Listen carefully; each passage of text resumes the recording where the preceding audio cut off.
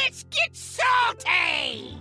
Everyone, Zeddy here again with yet another Lost City of Un'Goro card review, and we have the final Hunter cards to review. And Blizzard, why? I thought we were done with all these OTK style of cards, but we have what might be one of the best legendaries of the entire expansion going to Hunter. I hope I'm wrong on what this card's gonna end up doing, but it looks really terrifying. We also have some other cards to review that look also pretty kind of cool or whatever. We'll talk about all that. If you want to win these cards, we're giving away 2 regular pre-orders and 2 mega bundles in our giveaway. To enter that, like and comment in the video, link down description below, the one with that thumbnail over there.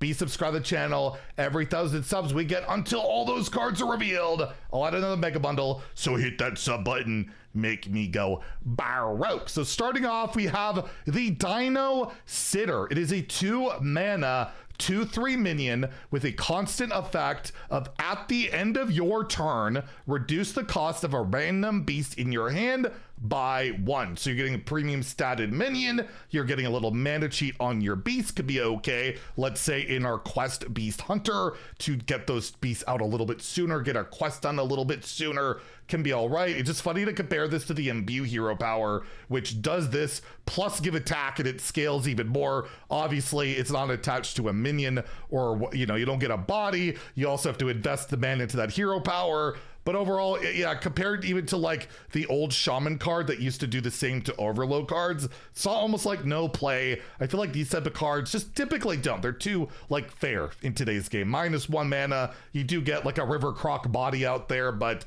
overall, it's probably not making the cut. I'll give it a 2 out of 5 in standard, and you'll never guess. I'm gonna say the most unique line of the review season. In Wild, it's too slow. It's just like not synergistic enough, not aggressive enough. Even if you are playing a pretty beast heavy deck, yeah, I'll give it a 1 in that format, but probably a decent arena pick. As I always love to say, it's like the greatest, play the Zeddy review drinking game. Those type of things will get you drunk very, very fast. But you know what? I am kind of cowering in fear right now to that legendary we're going to look at, but not because of the spell Cower in Fear, which is 2 mana. It deals 3 damage to a minion. The next beast you play this turn costs 2 less. If you could bank this, this would be like an absolutely insane card. But as it stands, it's a pretty good card, right? You're dealing 3 damage to a minion. It does not need to kill it. A lot of times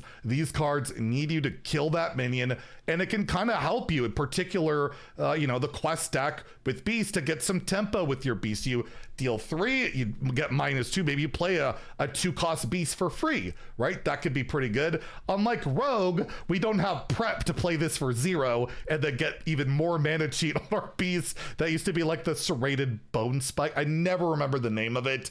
The image will be there. That was insane when they could do that with that card. Can't do that with this, but still, it's a nice tempo card if you're playing a very beast heavy deck, which I truly believe you're going to want to do this expansion in particular. The buff spell we looked at earlier today or yesterday, whatever you want to call it.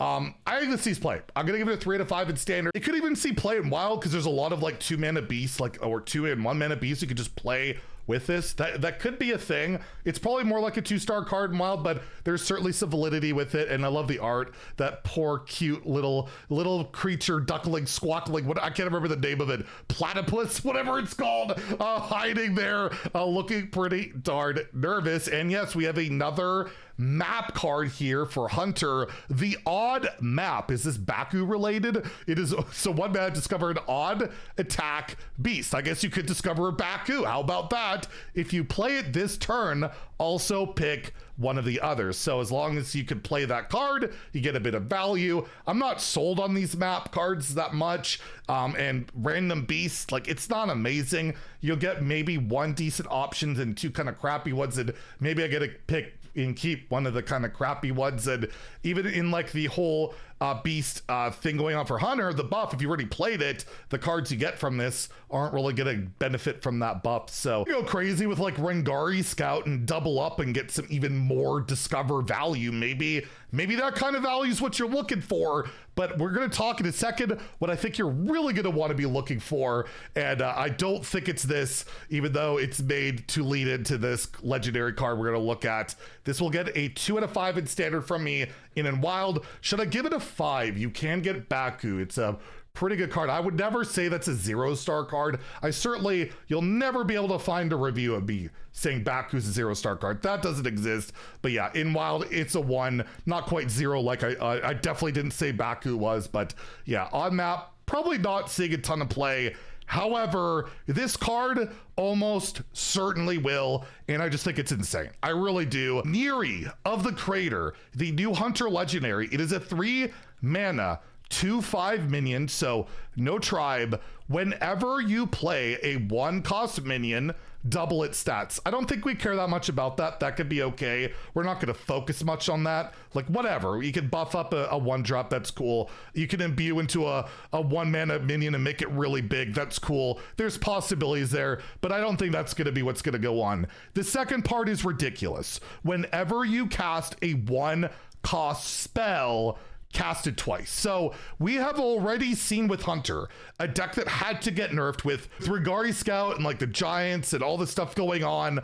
But one of the big parts of that deck was Grifta and getting those amulets and getting a bunch of them with like Tidepool Pupil. You know what one of those amulets can do? Deal 6 damage. So if you play that, it'll deal 12 damage. And if you play another one, it'll deal 12. If you just have a couple of those amulets, you can almost OTK. However, it's not just with that. We also have that new Murloc that can give you a 1-mana rock, which deals 3 for 1 mana. So I could easily see Neria the Crater being built around just getting a bunch of rocks, a bunch of amulets, getting a bunch of them with like Regari Scout, getting a ton of value, and killing your opponent in that Discover Hunter package that's still pretty good. And this just kind of gives it that shell of murdering your opponent. There's other 1-mana spells out there. There's, the synergies with 1-cost beast, but this is like an OTK enabler. This is a card that's relatively cheap at 3 mana that you can weave in and do absolutely disgusting things. And I don't particularly love what that could represent. Typically doubling up on stuff we've seen in Hearthstone can be very game breaking. And yeah, I feel like this is going to be a very, very powerful card for kind of all the wrong reasons. I just see this as an OTK thing. It's really scary to me. Again, there are other synergies, like I mentioned, the 1-mana beast from your imbue and all of that, or what other things you can do. But for me, I'm gonna give this a 5 stars in standard. I've just seen these type of cards do disgusting work in the past, and I could see it absolutely happening again. And in wild, I'll give it a 3 because that could work there, because anything that can lead to OTKs can work, right? And you can even like tracking, right? While you playing this and double your draws and get even more things. Like, there's so much broken possibilities with this that, yeah, I can't give it anything less than a 5. This is one of the best legendaries so far, and I just hope it doesn't mean Hunter is just OTKing this expansion and not playing rad, cool dinosaurs, because that's all I want to see, man. The dinosaurs are rad. Anyways, let me know. Am I overrating this? Am I overblowing things? Is this card not that terrifying? I am cowering in fear from this. So yeah, that's it for the reveals, I believe, this week. And then we'll resume again next week for even more card reviews, so stay tuned for that. We'll have best deck recommendations tomorrow, by the way, on Saturday after the nerf, so hopefully you guys can find some decks to play, and we'll find something else to yap about. Anyways, if you enjoyed the video, please like and subscribe. Have a great day, and stay salty, my friends.